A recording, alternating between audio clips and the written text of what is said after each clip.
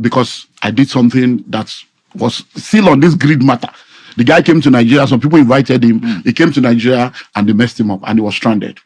And then he walks into our bookstore and he says he wants to talk to the owner of the bookstore. And then I said, yes, can I help you? He said, well, that he came to Nigeria, he brought all these books, and that the people that invited, they didn't even come to the airport to pick him up. He had to book an hotel, so he has changed his ticket, but he can't carry all these books away. That he was looking for bookshops, and they told him about our bookstore. That is there any way we can help him? Whether we just keep the book. I said, so no problem. So I looked at the book.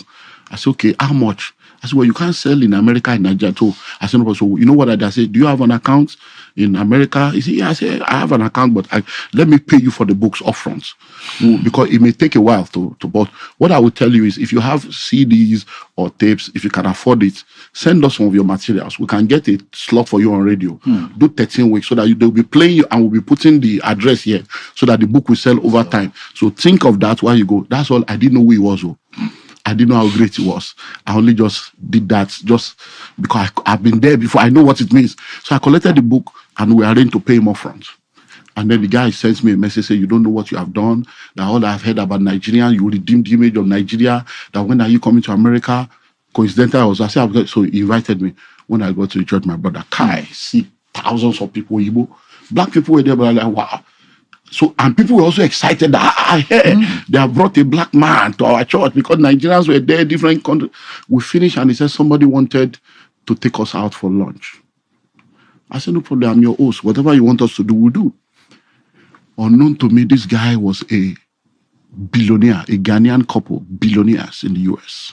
Whoa. So we got to the place, we had the dinner and everything, lunch, late lunch into dinner. And he said, okay, there's something they want to do. If I can come the next day, they have spoken to him so that the next day they just want to take me somewhere on the way to the airport. But I said, well, no problem. So we got there. This place was like almost 6 football fields, 6 filled with cars. Cars. All manner of cars. And they said that they wanted to bless me. I should choose any car that I want. But guess what? What do I need a car for? I'm not a poor man. I'm not a greedy man. See, this greed thing, people don't understand. So I'm like, sorry.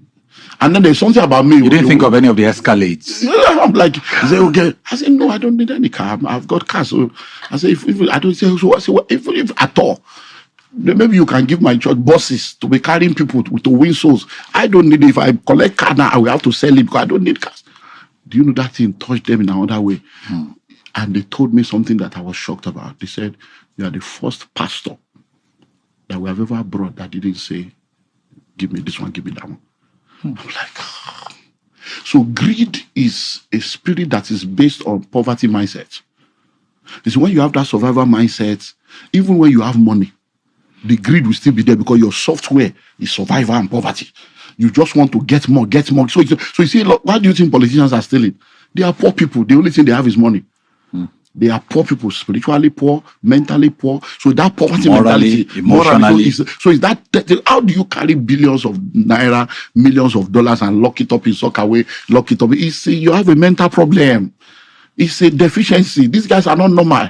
So it's not that because greed. So it's a spirit based on the mindset of survival and poverty. So you see people that have money but they are still greedy.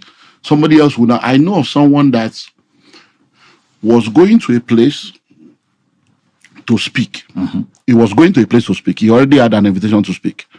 And 2 other people invited him to, since you are going to be around.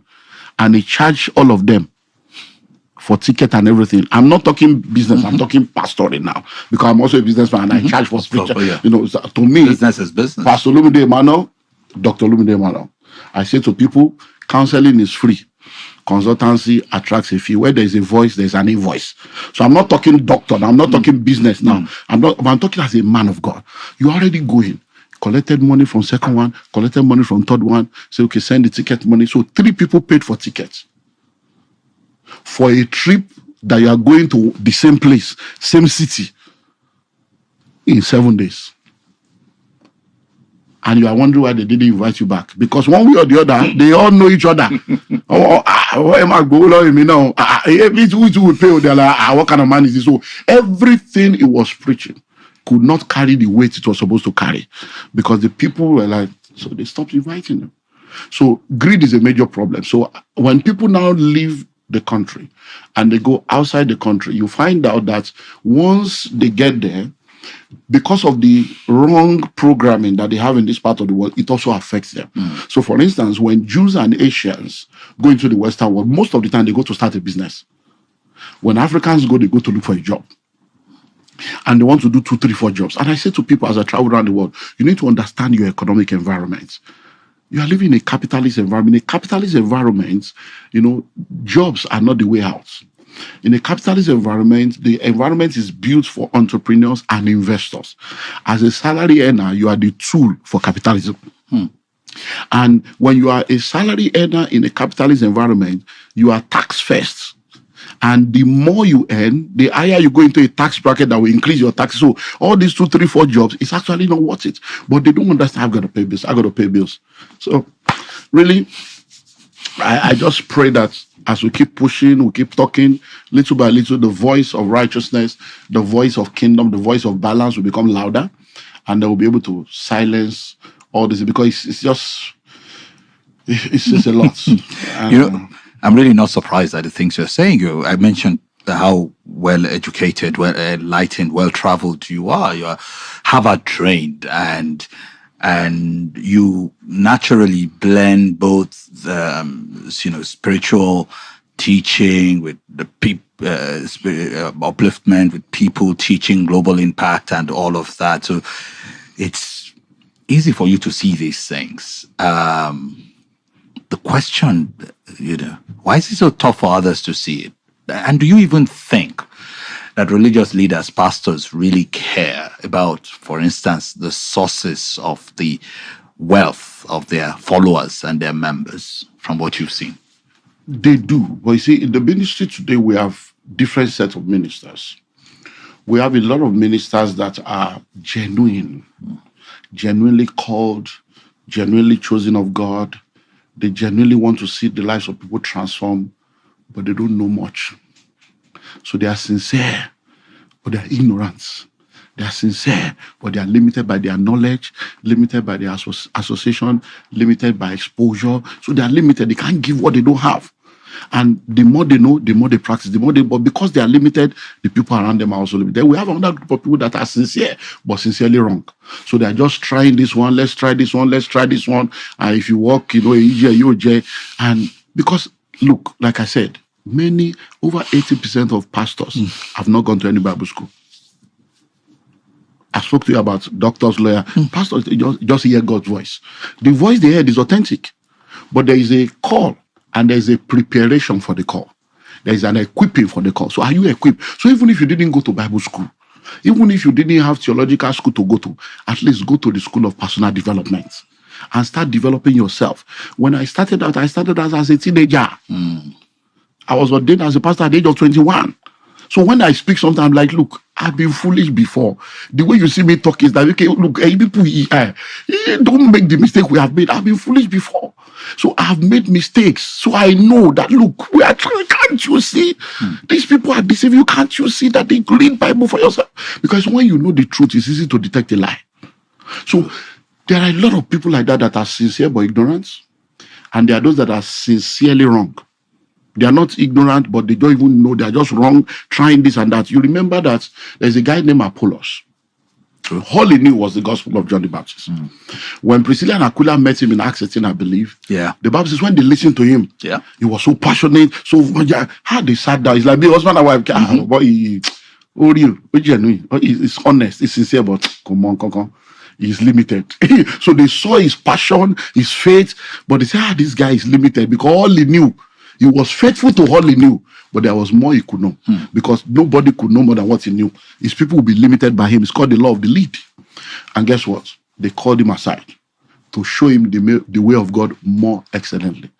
But he was teachable. So he listened. And the Bible says from that point, his ministry went global. True. There are pastors today that don't know, but they are teachable. And they are led. And that's what has helped people like us. There are many things I did not know. I had to start reading books, going for courses, learning, asking questions, listening to tape, and I began to know. Till today, I open up myself to know. I want to ask questions. I want to, how do you do this? How do you do that? But there are some, they don't know. They don't know that they don't know. They don't want to know. Because there's a deception of crowd. You see, if you have good money, good PR, and you can package, you can gather crowd. Oh. If you start sharing food in church every Sunday now, people go gather because there's hunger. So some people, because they come to church on Sunday, they call them Papa, Mama, Bishop, Reverend Doctor. And they are 1,000, 2,000 people. How do you tell a pastor of 3,000 members that he doesn't know when 3,000 people are coming and they are hailing him in his ignorance? So because of that, he will say, who are you? What do you know? A lot of pastors, you do pastors' conference, they will not show up. But the same thing you have taught everybody, they will not come here, all right? That's it. I said, but you did not come. You didn't want to come so that it's not as if you are submitting. Or that, why are you people doing this? So, but if you are honest and sincere, you learn. So many of them are in those categories. Then we have the people that are purely fake. They are just there. Let us use these people. Let us finish them. Bring this, bring that, bring this. And unfortunately, that's what people like. Oh, bring oil, bring salt, bring water, bring sand, cutlass service, clinical service, that service, kill my enemy, let us die, I must prosper, my visa must be released, America, here I come. All those, people like all those deceptive things. But when you are teaching them the way, because that teaching, you have to be, it takes time. Teaching, to grow takes time, but to jump, you jump. But you jump up, you come down. So I say to people, in this kingdom, we don't blow, we grow. If you blow, you disintegrate. Balloons blow, bombs blow. But in this kingdom, we grow. So that growth takes time. But the time will come when they will no longer endure sound doctrine. The word doctrine there is about teaching, precept upon precept, line upon line. But they will gather for themselves preachers. In order to have their ears. Receive it. This is your year. All this is your year they have been telling you. Where is it? This is your year. This is your year. You never reach. Your future is bright. Your future is bright. 10 years later, it's not bright. So you change it every year. My year of this. So you realize that there is no bright future for anybody that does not create the future. The future you create is the future you inhabit. Today is the yesterday you spoke about. Today is the tomorrow you spoke about yesterday. Today is yesterday's future. So you said your future is bright 10 years ago. Is it bright now? If you don't create the future, it's no bright future for you. So Christianity does not exclude you from responsibility. Any Christianity that places the totality of your success on God and God alone is fake Christianity. Religion without sacrifice is a fraud. You have a responsibility. If you don't play your part, it won't happen. So we are breeding a lot of lazy, covetous, unserious people that just want somebody to lay hands on them, and then the wealth of the wicked will come to them. If they give you the wealth, can you manage it? Do you even know how to handle it? So that they will. So there is a need for those changes. Those boys happening, but there are a lot of genuine pastors. It's just that many of them are unknown. They are not popular, and many of them also they have a lot of thinking that may need to be adjusted.